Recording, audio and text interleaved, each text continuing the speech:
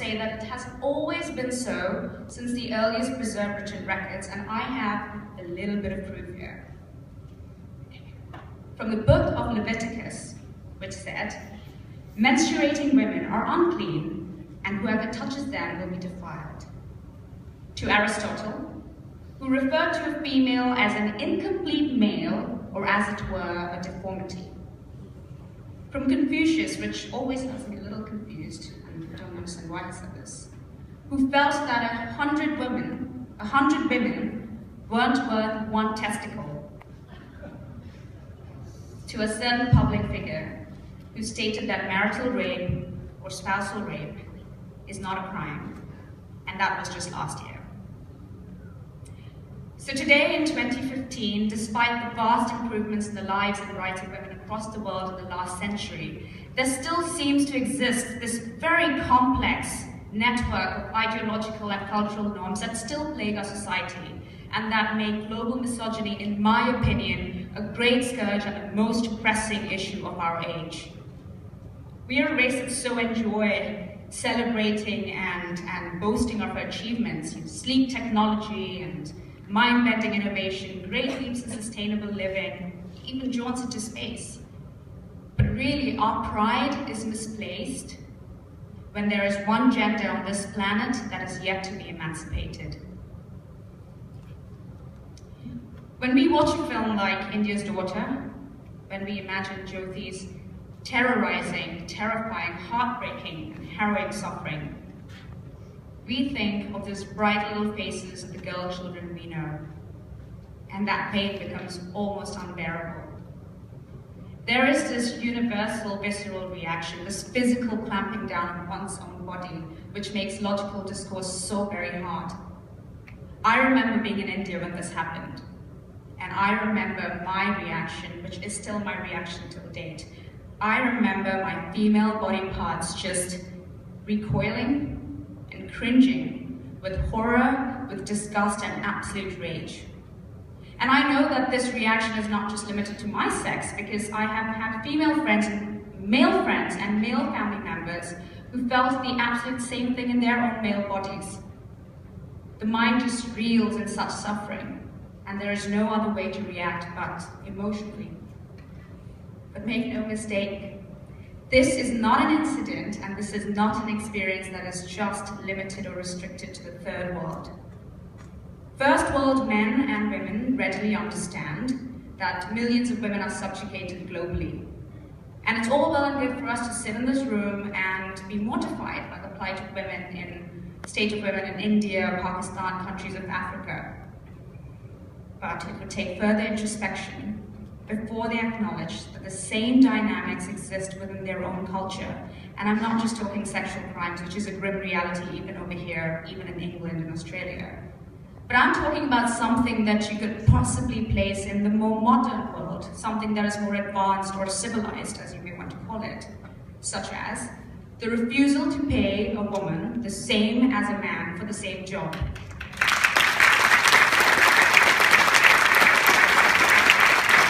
There are jobs, but those jobs come with a very strange and tough climate. When a woman from the first world sits in a fishbowl, the male boardroom, it doesn't feel as if it's her own self-respect that is being eroded when she stays silent or even laughs amidst misogynistic remarks.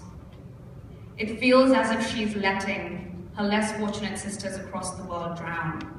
And yet to speak out or to taint herself, yet to speak out against it is to taint herself as an uncool girl, or the girl who can't roll with it, or the feminist.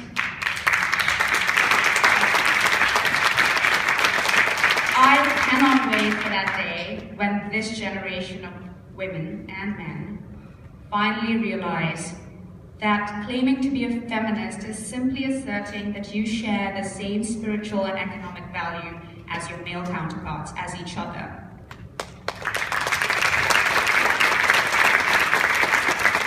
So I ask you tonight to stand with me in a call to arms, to be the new greatest generation, the generation that makes misogyny and violence against women begin to recede into the past. And you may ask how, and that is a very important question. I know that I'm not alone in this restlessness and urgency in order to see this change happen. This is all really overwhelming, even for me. All this information, so many ideas, so many amazing people, so many detractors, and so many people who share the same vision as well. And it is very easy to get discouraged and enraged when you face dead ends, such as bans. So to begin, we must take hope. Hope not just from those women we saw marching on the streets after Jyoti's rape. Well, we're very inspired by them, but I say let's take hope from the men. Did you see the faces of those thousands of enlightened men on the streets in India? Well, you can see them here tonight. You have met them at work, you have met them at play, at church. I have them in my life, you have them in yours. I am my father's very proud daughter. And these men are the torchbearers. These are the men we call to fight, to stand up for what is honorable, and to speak out vociferously against sexism in the workplace and against violence in the home. We equally call upon men who do not believe in equal rights. This is your fight too. Your fight to defeat and transcend your own mindsets. Women don't ask to be ahead of you or behind you. We just want to be by your side as equals. I also take this opportunity to call upon the men of the future, teenage boys, to not succumb to the pressure to shame girls at parties and on the internet by posting demeaning videos, especially on social media. With you men as our allies, we have hope. We women have hope.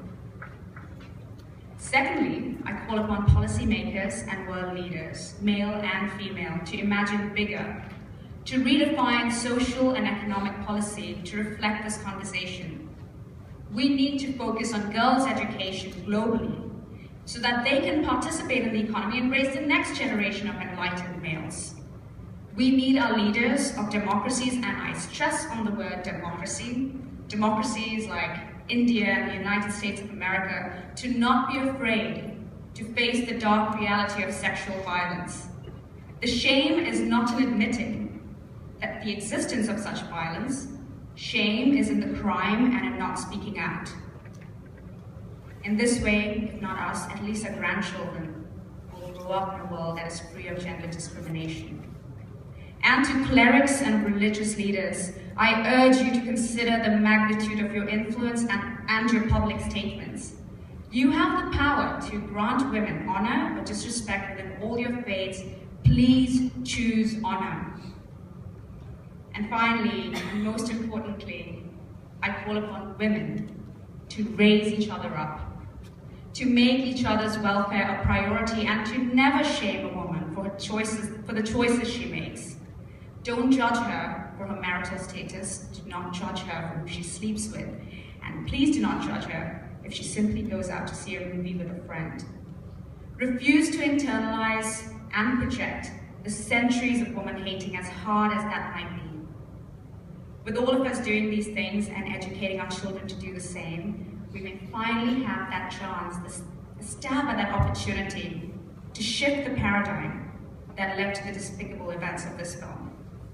And never ever give up hope that your actions and words, however big or small, can be part of the shift. So before we return to our lives this evening, I ask you, like Leslie did, to close your eyes for just a moment with me, and I will close mine too. And I ask you to imagine to be in the presence of this bright light. This light could come from any source or any direction. It could filter in from anywhere. It could be the light that we lit at the start of this event. For some of us, it could be the spotlight. It could be a flickering candle in a dark room, or maybe the big bright sun. Let it bathe you. This light is Jyoti.